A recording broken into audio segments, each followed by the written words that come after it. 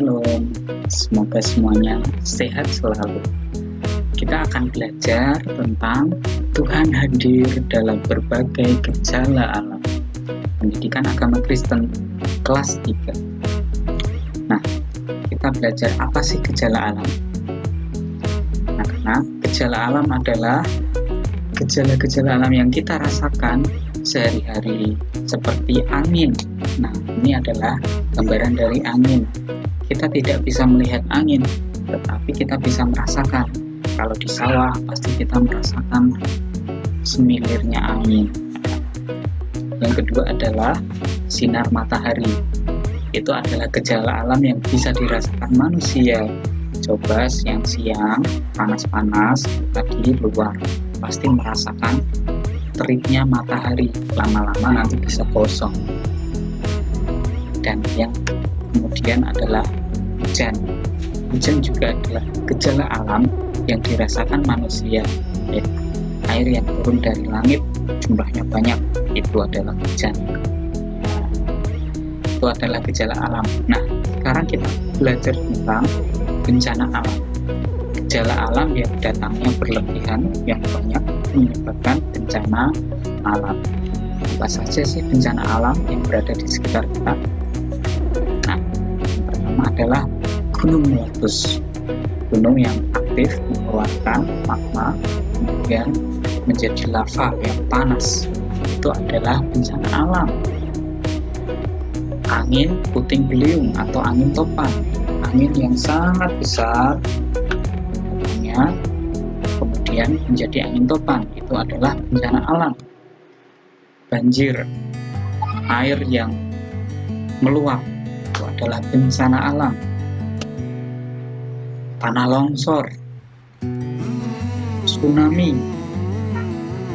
kekeringan, itu juga bencana alam.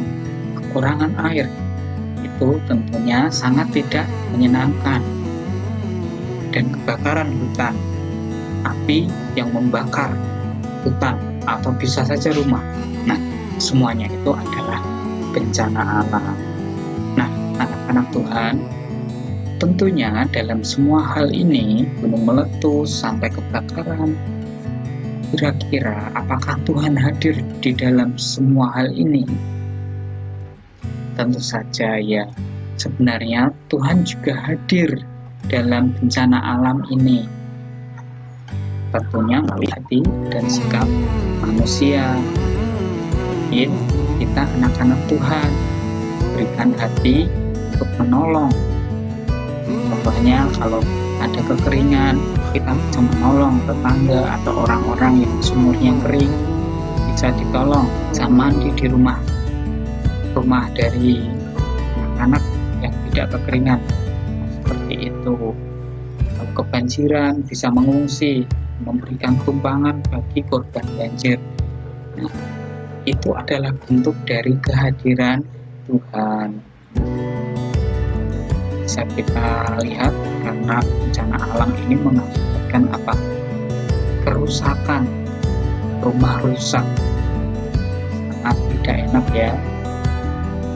Kemudian bisa menyebabkan orang yang meninggal atau korban jiwa. Ini contoh tanah longsor sehingga mengakibatkan korban meninggal. Sangat tidak enak. Nah, tentunya di Alkitab juga ada cerita gejala alam atau bencana alam yang dirasakan oleh murid-murid Tuhan Yesus dan Yesus ketika di Danau Galilea, yaitu badai, angin badai. Tetapi Yesus menolong dengan menghentikan, menghalau angin badai tersebut. Coba setelah ini nanti anak-anak membaca Markus pasal 4 ayat 35 sampai 41 supaya bisa lebih jelas mengerti ceritanya. Nah, inilah yang perlu dilakukan kita sebagai anak Tuhan.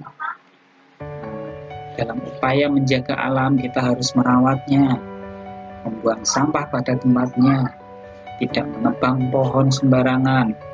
Kita juga harus merawat tanaman. Itu adalah cara kita menjaga alam. itu adalah bentuk kehadiran Tuhan di dalam gejala alam, berbagai gejala alam. Dan juga kita bisa membantu korban bencana alam. Kalau punya pakaian yang lebih, yang masih bisa dipakai, kita sumbangkan kepada teman-teman kita yang terkena bencana alam. Kita punya pakaian yang lebih, makanan yang lebih, atau uang yang lebih, kita sumbangkan kepada teman-teman kita yang terkena bencana alam. Itulah pembelajaran kita saat ini. Tetap semangat dan menjadi anak Tuhan yang diberkati dan berkati. Dadah.